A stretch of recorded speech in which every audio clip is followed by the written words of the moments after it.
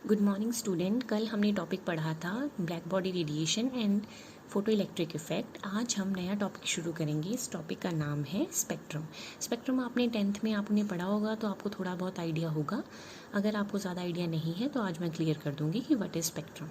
तो स्पेक्ट्रम क्या होता है बेटा? व्हेन रेडिएशंस इमिटेड और absorbed by a substance are recorded in a spectroscope then the pattern obtain on photographic plate is known as spectrum. कि जब कोई भी रेडिएशन कोई सब्सटेंस इमिट करता है या एब्जॉर्ब करता है, इमिट करना का मतलब होता है छोड़ना, एब्जॉर्ब करना होता है मतलब लेना। तो व्हेन रेडिएशंस इमिटेड और absorbed by a substance are recorded in a spectroscope, वो किसी स्पेक्ट्रोस्कोप में रिकॉर्ड की जाती हैं, तो जो पैटर्न ऑब्टेन्ड होता है then the pattern obtained on photographic plate is known as spectrum. उसे स्पेक्ट्रम कहते हैं। स्पेक्ट्रा दो तरह का होता है, एक होता है इमिशन स्पेक्ट्रा, एक होता है एब्जॉर्प्शन स्पेक्ट्रा। नाम से क्लियर है। इमिशन स्पेक्ट्रा मतलब here radiations are emitted by an excited substance are recorded in a spectroscope। कि जो रेडिएशन इमिट करता है सब्सटेंस उसको आप स्पेक्ट्रोस्कोप, एक मशीन होती है, उसमें डाल दो, जो भी पैटर्न ऑब्टेन होगा that is called emission spectrum. ठीक है। तो स्पेक्ट्रम क्या है कि रेडिएशंस चाहे इमिट हो चाहे एब्जॉर्ब हो सब्सटेंस ने की, उन रेडिएशंस को आप रिकॉर्ड करो। एक मशीन है, मशीन इस स्पेक्ट्रोस्कोप में एक पैटर्न ऑब्टेन होगा, आपको एक कलर पैटर्न आएगा, that pattern is known as spectrum. Spectrum दो तरह का है, इमिशन एंड एब्जॉर्प्शन। इमिशन में क्या होता है, जो रेडिएशन सब्सटेंस इमिट करता है वो आप स्पेक्ट्रोस्कोप में रिकॉर्ड करते हो, that is called emission spectrum. ये दो तरह का होता है, continuous and discontinuous. Continuous spectrum क्या होता है? व्हेन सन लाइट और white light is pass through a prism and allowed to fall on a photographic plate.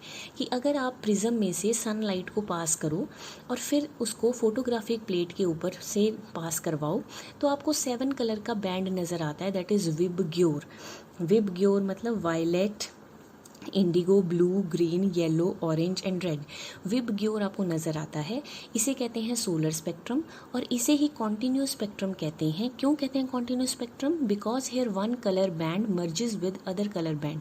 एक कलर दूसरे कलर में मर्ज किया होता है। जैसे ही वायलेट खत्म हुआ इंडिगो शुरू हो गया, इंडिगो खत्म होते ही ब्लू शुरू हो गया।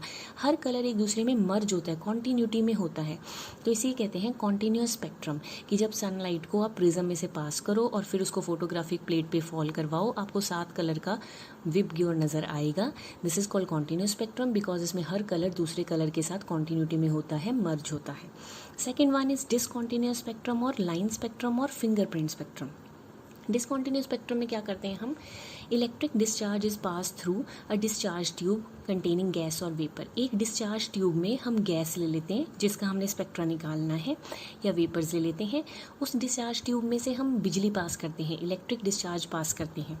तो क्या होता है बेटा, गैस के मॉलिक्यूल में को जैसे ही इलेक्ट्रिक डिस्चार्ज मिलता है वो एक्साइटेड हो जाते हैं, वो एनर्जी गेन करते हैं, लोअर एनर्जी से हाई एनर्जी पे एक्साइटेड हो जाते हैं।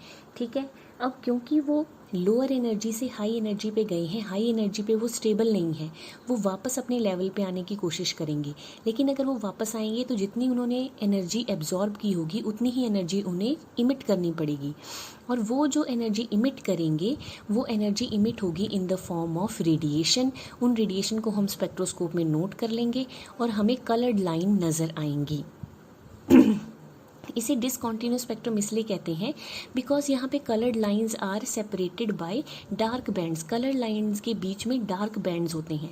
ऊपर वाले में बिल्कुल कलर लाइन साथ साथ थी, यहाँ पे जो कलर लाइंस आएंगे उनके बीच में डार्क बैंड्स होंगे, इसीलिए इसे लाइन स्पेक्ट्रा भी कहते हैं या डिसकॉन्टिन्यूस स्पेक्ट्रा भी कहते हैं। लाइन स्पेक्ट्रा इसलिए कि कलर्ड लाइंस आती हैं, डिसकॉन्टिन्यूस स्पेक्ट्रा इसलिए कि colour line separated by dark bands.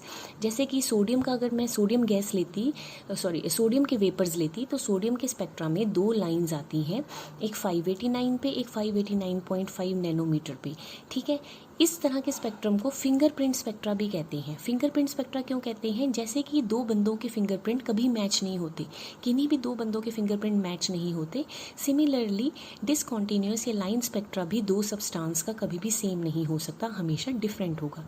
तो डिसकॉन्टिन्यूस स्पेक्ट्रा में आप क्या करते हो, डिस्चार्ज ट्यूब में गैस लेते हो, उसमें इलेक्ट्रिक डिस्चार्ज पास करते हो। जैसे ही इलेक्ट्रिक डिस्चार्ज पास करते हो मॉलिक्यूल को एनर्जी मिलती है, वो अपने लेवल से हाई एनर्जी लेवल पे जंप मार जाते हैं, एक्साइटेड हो जाते करते हैं, एक्साइटेड स्टेट में वो स्टेबल नहीं होते, वहाँ से नीचे आने की कोशिश करते हैं bye emitting energy.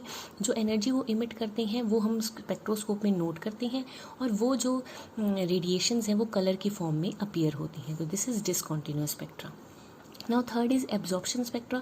Absorption spectra में क्या होता है, हियर सनलाइट और white light is pass through a solution of a substance. किसी सब्सटेंस के सॉल्यूशन जिसका हमने स्पेक्ट्रा लेना है उसमें से आप सनलाइट या वाइट लाइट पास करते हो।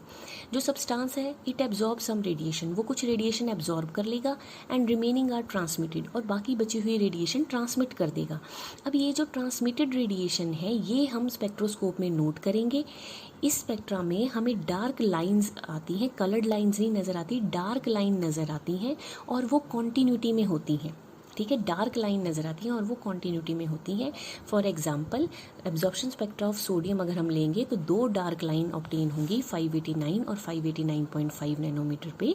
तो एब्जॉर्प्शन स्पेक्ट्रा में हम सनलाइट को पास करते हैं सॉल्यूशन ऑफ सब्सटेंस में से। सब्सटेंस कुछ रेडिएशन एब्जॉर्ब करता है, कुछ ट्रांसमिट करता है।